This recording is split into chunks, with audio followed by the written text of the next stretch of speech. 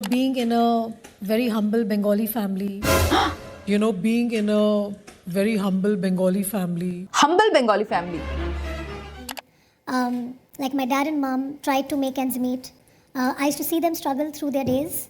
There were times when my mom was not able to buy me a particular thing that she really wanted to buy. झूठ झूठ और इतने सारे झूठ। कुछ ऐसी फील आई जब मैंने ये रानी मुखर्जी और करण जौहर का इंटरव्यू देखा। इस इंटरव्यू को देखकर ऐसा लग रहा था कि जैसे these two are not just lying through their teeth but also there to blow their own trumpet। अपनी तारीफ खुद करके अपने मुंह मियां मिट्ठू बनना। और वैसे तो यशराज के वीडियोस कोई नहीं देखता, लेकिन मैंने ये वाली वीडियो देख ली और इस वीडियो को देखने के बाद इस वीडियो पर एक वीडियो बनाने से मैं खुद को रोक नहीं पाई, क्योंकि जिस तरीके का सेल्फ ऑब्सेशन, सेल्फ प्रेज से भरा फिल्म प्रमोशन इस वीडियो में दिख रहा है, मैंने आज तक कहीं भी नहीं देखा। अब मर्दानी 3 रिलीज हो गई है और जहां कहीं भी देखो इस फिल्म को प्रमोट करते हुए रानी मुखर्जी नजर आ रही हैं अकेले। अब यूजुअली किसी भी फिल्म को प्रमोट करने के लिए उस फिल्म की पूरी कास्ट होती है, जिसमें राइटर्स भी होते हैं, डायरेक्टर्स भी होते हैं, लेकिन यहाँ पर मर्दानी 3 का प्रमोशन रानी मुखर्जी सिर्फ अकेले ही कर रही है। अब चलो मान लेते हैं कि since she is the main protagonist of this movie and there is no other significantly big actor opposite her, तो यहाँ पर एक बेनिफिट ऑफ डाउट अगर हम दे भी देते हैं कि चलो इसी वजह से वो हर जगह अकेले ही फिल्म को प्रमोट करते हुए दिख रही हैं, लेकिन इस इंटरव्यू में ये बातें क्या कर रहे हैं ये देखिए। Being in a very humble Bengali family. Being in a very humble Bengali family. Like my dad and mom tried to make ends meet. I used to see them struggle through their days. There were times when my mom was not able to buy me a particular thing that she really wanted to buy for me. रानी मुखर्जी के father Ram Mukherjee एक prominent film director और producer थे, Filmalaya studio के owner थे, and there is definitely nothing humble about it. हाँ, maybe he did not own a luxury private jet or an island or a Ferrari, but क्या इससे खुद को मैं गरीब हूँ बोलकर sympathy लेना सही है? At the time that we were growing up, I think it was never really something that occurred to my dad that I'm going to go ahead in life and, work. Of course it did occur to your dad, and that's why he went ahead and wrote, directed and produced your very first film. Rani Mukherjee's father launched her first film. लेकिन यहाँ वो सबको बता रही हैं कि उनकी family तो उनकी बहुत ही कम उम्र में शादी करा देना चाहती थी। They were wanting to get me married at a very young age. Oh dear. ना ज्यादातर लोगों को लगता है कि रानी मुखर्जी की फर्स्ट फिल्म थी राजा की आएगी बारात, क्योंकि वो हमेशा सबको यही बताती हैं। But Rani was actually launched by her father in a Bengali film in the year 1996 और इस फिल्म का नाम था बियर फूल। एंड इस फिल्म में रानी के साथ बंगाली सिनेमा के बिगेस्ट स्टार थे like Prosenjit Sen, Indrani Haldar, Sabyasachi Chakraborty. This is the kind of launch pad Rani was given by none other than her own father. और यहाँ पर रानी पहले तो अपने को गरीब बताती हैं और फिर कह रही हैं कि उनके फादर तो बस उनकी कम उम्र में शादी करा देना चाहते थे। With the offer that came for Raja Ki Aayegi Barat, I think my mom just told me that Salim uncle, who is a family friend, who's offered you the film, why don't you take it up and see how it goes? And I think behind that ask or that want of my mom's, I never realized that probably my mom was finding a way to make probably the financial situation in my house better. यानी रानी का कहने का मतलब है कि उनके पास जब राजा की आएगी बारात का ऑफर आया तो उन्होंने ये फिल्म इसीलिए की ताकि उनके घर की फाइनेंशियल कंडीशन बेटर हो सके। एक और सफेद झूठ। नाउ राजा की आएगी बारात was released in the year 1997, यानी कि फिल्म कम से कम 1 साल पहले साइन की गई होगी, यानी कि year 1996। The very same year Rani Mukherjee debuted in a Bengali film Biyer Phool. और जैसा कि मैंने कहा कि इस फिल्म में बंगाली सिनेमा के बड़े बड़े स्टार्स थे जो रानी के साथ जिन्हें कास्ट किया गया था, और रानी के फादर जो प्रोड्यूसर भी थे, इस फिल्म के डायरेक्टर भी थे, राइटर भी थे, तो ये फिल्म काफी हिट हुई थी और इन्हें अच्छा खासा प्रॉफिट इस फिल्म से कमाया था। तो यानी कि अगर आप 1 साल पहले कोई फिल्म बनाते हैं और आप उससे अच्छा खासा प्रॉफिट कमाते हैं, तो उसी साल आप इतने गरीब कैसे हो गए कि आपको मजबूरी में अपना घर चलाने के लिए फिल्मों में उतरना पड़ा, और वो भी हिंदी फिल्मों में। सच तो यह है कि राजा की आएगी बारात was a very strategically thought after move of Rani from Bengali cinema to Hindi cinema, from regional to mainstream Bollywood, and it was never about money and all that sympathy seeking BS. Moving on, next. I got a call.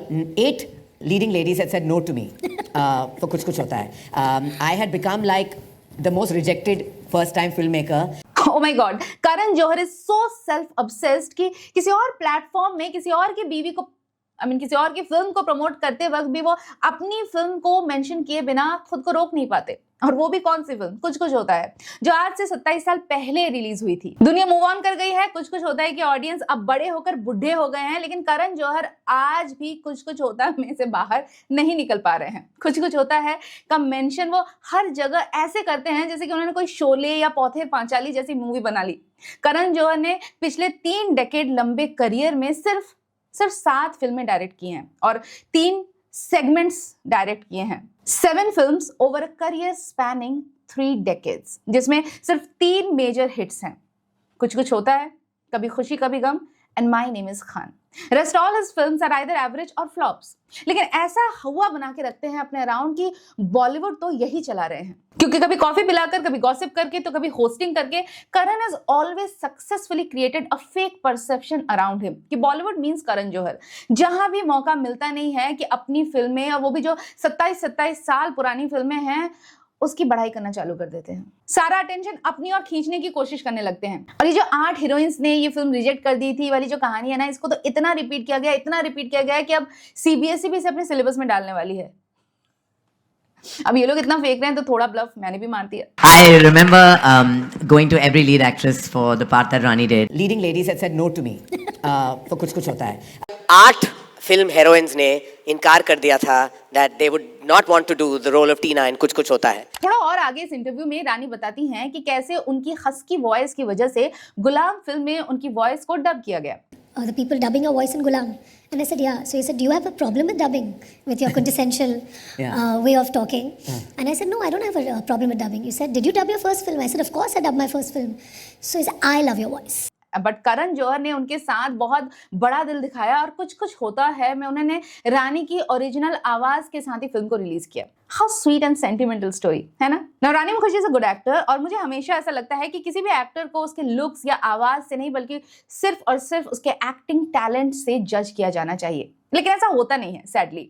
और यहाँ ये जो रानी काफी emotional होके बात बता रही है ना, before you turn oh how nice of Karan Johar, I don't think that you know कि करण जौहर ये वही हैं जिन्होंने शायद रानी मुखर्जी की आवाज को तो रिटेन कर लिया because he has an affinity towards nepo kids, लेकिन द सेम करण जौहर ने अभी कुछ साल पहले खुद ही प्राउडली बताया था कि how he tried to sabotage Anushka Sharma's career.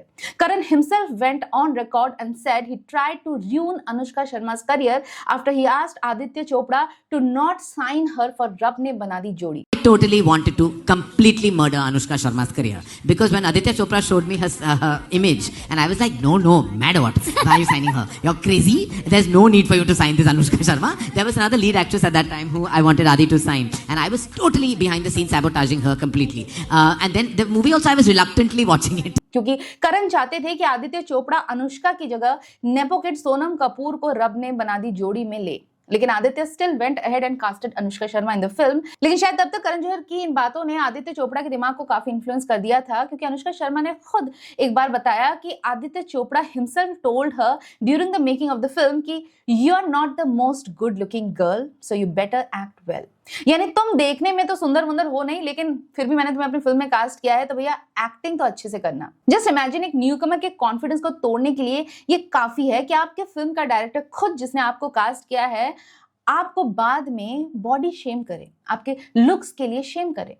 और सिर्फ अनुष्का क्यों, रणवीर सिंह को भी आदित्य चोपड़ा ने अपनी फिल्म बैंड बाजा बारात में साइन करते वक्त साफ साफ बोला था कि you are not a conventionally good looking boy so you have to act really well if you want people to like you, which is a polite way to say you are ugly. तो ये लोग खुद तो दूसरों की ऐसी की तैसी कर देते हैं, उनके लुक्स, अपीयरेंस और समटाइम्स इवन उनकी इंग्लिश को लेकर उन्हें नीचा दिखाते हैं। It's raining so badly that it might get like flooded completely and we might not even reach back It's home. torrential weather. You don't say it's raining badly. It's raining terribly. You have a bad English. लेकिन जब खुद की बारी आती है, And thanks to you, Karan, that I was able to retain my voice. No, you have such a beautiful voice and everyone knows. of course Rani Mukherjee has a beautiful voice just like Anushka has a pretty face and Ranveer Singh is handsome, लेकिन इनकी आंखें सिर्फ selectively खूबसूरती और talent को देख पाती हैं।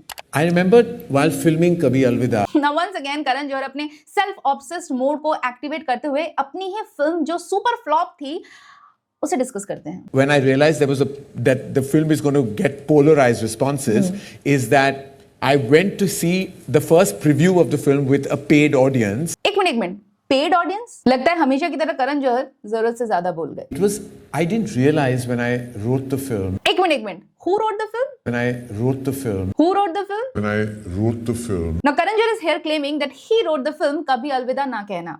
And So more power to you, Rani, for Thank you, portraying Karan. those parts. And And thank you, Karan, for writing those parts. no, I mean, like, you know, like of course, it's way back like in the I past. always say that we actors, we get opportunity to, do such parts only because the writers नहीं, कर लो, एक दूसरे की झूठी तारीफें कर लो, उसके बाद मैं बताती हूँ सच। and the directors, they write such parts for us. The directors have the faith, the producers have the faith to produce such films. हो गया, अब चलो सुनते हैं सच। तो जिस फिल्म कभी अलविदा ना कहना, जिसके गाने काफी सुपर हिट थे लेकिन फिल्म सुपर फ्लॉप थी, उसकी कहानी करण जौहर ने खुद ने लिखी है, ऐसा वो बता रहे हैं।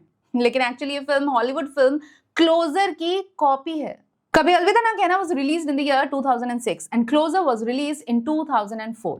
इस फिल्म की पूरी स्टोरी और कैरेक्टर्स और उन कैरेक्टर्स को अपने पार्टनर्स के साथ चीट करते हुए दिखाना, ये सब कुछ इस फिल्म से कॉपीड है। Even the scenes are copied from this film. ना थोड़ी तो शर्म आनी चाहिए इस तरह से इन लोगों को खुले में सफेद झूठ बोलते हुए, खुद की तारीफ करते हुए। इनफैक्ट इस फिल्म में जो कैरेक्टर्स को इंडियनाइज्ड भी किया गया है, वो भी कॉपीड है। और कॉपी भी किससे किया? पाकिस्तानियों से। 2024 में पाकिस्तानी एक्टर तौकीर नसीर ने खुद एक इंटरव्यू में इल्जाम लगाए थे कि शाहरुख खान का जो कैरेक्टर कभी अलविदा ना कहना में था, वो जिस तरीके से उसे लिंप करते हुए दिखाया गया है, उस फिल्म में उसका पैर खराब दिखाया गया, उसके पैर में प्रॉब्लम थी, वो उनके पाकिस्तानी ड्रामा परवाज से कॉपी किया गया है।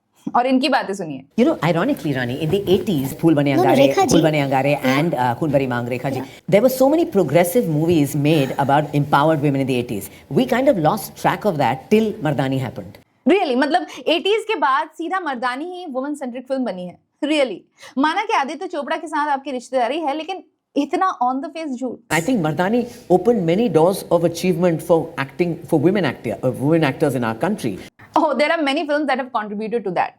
चांदनी बार, पिंजर, डोर, लज्जा, कहानी, क्वीन, थप्पड़, मैरी कॉम, भक्षक और ऐसी एंडलेस फिल्में हैं जो वुमेन सेंट्रिक कैरेक्टर्स और स्टोरीज पर बेस्ड हैं। लेकिन सेल्फ ऑब्सेशन और सेल्फ प्रेज के ऑब्सेशन में इन लोगों को औरों की अच्छी फिल्में दिखती ही नहीं है। इनफैक्ट भक्षक तो काफी हद तक मर्दानी 3 की स्टोरी की तरह चाइल्ड और ह्यूमन ट्रैफिकिंग पर बेस्ड थी, और करण जौहर को खून भरी मांग के बाद सीधा मर्दानी ही एक वुमेन सेंट्रिक फिल्म दिखी। सो पुअर जी के करण।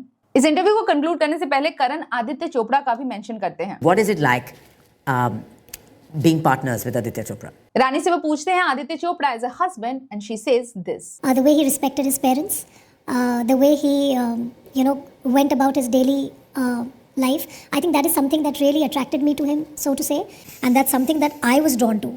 Because I come from a very humble and simple background. I love how these Bollywood actresses lie on their face जब वो किसी का घर तोड़कर शादियां करती हैं और फिर उसे प्यार, मोहब्बत, लव बताती हैं। मतलब पैसा क्या है? पैसा कुछ भी नहीं, सब कुछ प्यार है।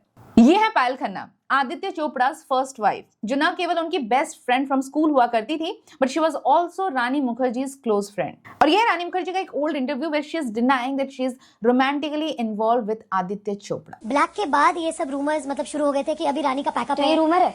Definitely it is a rumour. पर ये आदित्य चोपड़ा के साथ ही बार-बार क्यों नाम आ रहा है? ये तो आपको रूमर्स वालों को मतलब पूछना पड़ेगा ना कि आदि के साथ। Of course he is a friend, he is a person who I worked with in so many films. I have great regard for Yash. So you are not romantically connected with each other? No, we are not romantically connected. And shortly after this they got married.